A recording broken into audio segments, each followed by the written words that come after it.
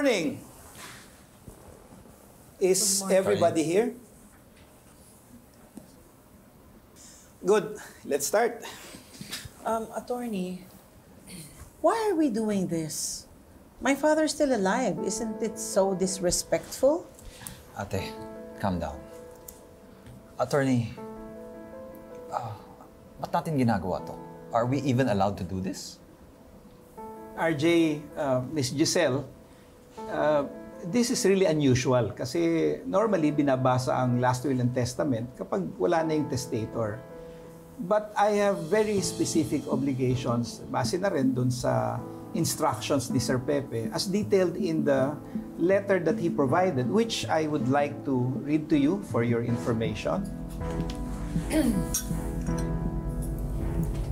In the event of any circumstance rendering me incapacitated, I, Joselito Tanyag, hereby instruct Attorney Sandino Arcano to present my last will and testament to my children and grandchildren, thereby ensuring they are apprised of my final wishes. Additionally, I am appending a detailed list outlining my preferences for funeral and burial arrangements in the event of my demise. Signed, Joselito Tanyag. Grabe naman si Papa. Para bang pinaghandaan niya talaga to? Ate, wala namang masama sa paghahanda. Lalo lang doon sa nangyayari sa akin. Kaya nga niya ginawa ito, RJ, dahil nga sa nangyari sa iyo noon. So, shall we proceed?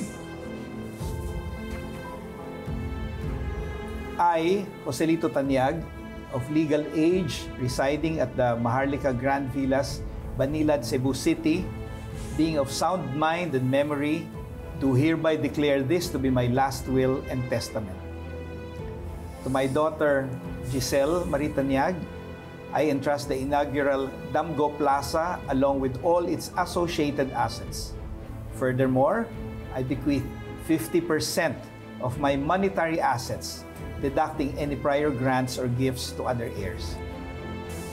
To my son, Roberto Jose Tanyag, I leave my residential property located at Maharlika Grand Villas, inclusive of all its contents and personal belongings. Furthermore, I bequeath 50% of my monetary assets, deducting any prior grants or gifts to other heirs. To my granddaughter, Annalyn Santos, I hereby bequeath to you my residential property with the 2 adjacent lots situated in Mandaue City and the sum of 10 million pesos. Teka, bakit may property siya at may pera pa? Anak sa labas lang yan eh. Yun po ang gusto ni Sir Pepe.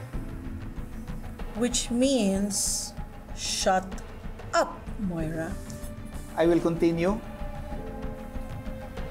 To my granddaughter, Justine Amy Refuerzo, I hereby bequeath to you the 10-hectare lot located at Padre Burgos in Quezon Province and the sum of 10 million pesos. Sandali. Nagkakalokohan ba tayo? Nabawasan na nga yung mana ni Zoe Dalja sa anak sa labas, tapos ito na rin kabuting ito? Hindi nga natin siya kilala eh. Yan po ang gusto ni Sir Pepe. Moira, tumahimik ka na nga. Pinaglalaban ko lang karapatan ng anak natin, which looks like wala ka namang pakialam. Eh, bigla na lang itong sumulpot sa buhay natin eh, hindi natin siya kilala. Moira, wala kang karapatan para questionin yung last will and testament ni Papa. Those are his properties and he has the right to do with them whatever he wants. Hindi ka ba nahihiya sa kasakiman mo? Hindi ako sakin. Pinoprotektahan ko lang yung anak ko. So, attorney, please tell me, ano nga ba ang mapupunta kay Zoe? Actually po, hindi na po pinasasama ni Sir Pepe si Miss Zoe Tanyag sa last will and testament niya. What? Are you kidding? Eh si Zoe nga lang ang dapat nasa will because she is the only legal na apo. I shouldn't have said that. I'm very sorry. Attorney, totoo ba to? Please tell us. Actually, RJ, nung bago pa nawala si Sir Pepe, nagkausap kami by phone. Sinabi niya sa akin na tanggalin na sa kanyang testamento si Miss Zoe Tanyag at just to divide the properties between Miss Annalyn Santos and Miss Justine Refuerzo. In fact, I have prepared a revised document already. Kaya lang, kailangan kasing pirmahan pa yun muna ni Sir Pepe for it to take effect. At dahil hindi pa niya ito napipirmahan, the original will take precedence. What? Ma'am, kasi kailangang mapirmahan muna yung bagong testamento. At dahil hindi pa ito napipirmahan ni Sir Pepe, ibig sabihin, nasa will pa rin si Miss Zoe. And maliban na lamang kung pirmahan niya ito kapag nagising na siya.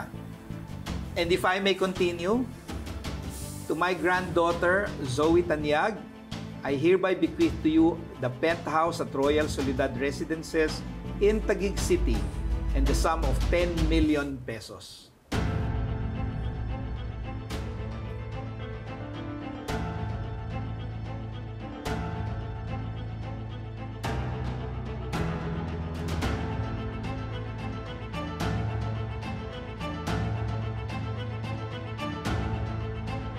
Attorney, pinatanggal ng papa si Zoe sa last will and testament niya. So there must be a grave reason for that. Did he tell you?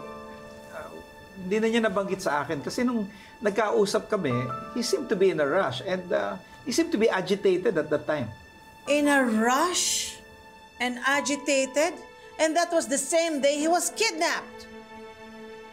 Oh, ba't nakatingin ka na naman sa akin? Moira, nagwa 1+1 lang ako.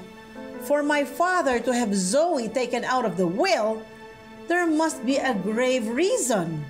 Ano? Kidnap na naman? Pwede ba, Giselle?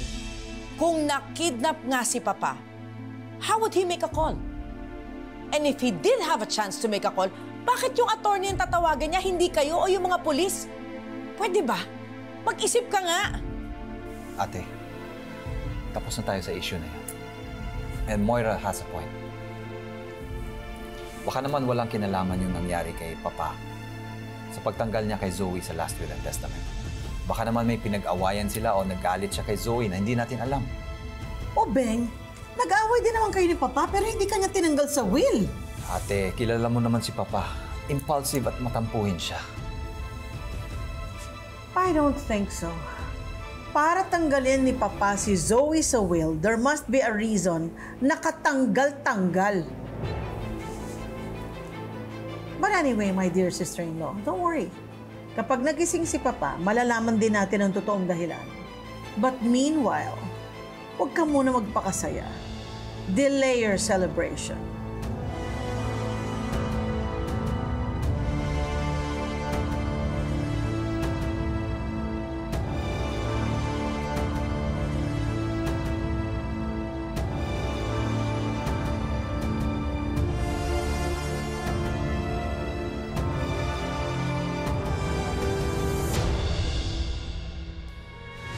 Carlos, bumalik na lang tayo sa bahay natin. Gusto ko na talaga mawala yung trauma ko. Kailangan ko na talaga siyang harapin. Eric, please. Gusto ko lang makasama ang anak ko kahit na isang beses lang. Pilitin mo naman si Justin, please. I'm sorry, Giselle. Alam mo, sagot siya. Get your things together, magbabaksyon tayo. Kinakabahan ako sa lolo mo. Baka magsumbong. Babalik na kami dito sa Apex! Bala si Ma'am Giselle mismo yung nagpabalik sa amin dito.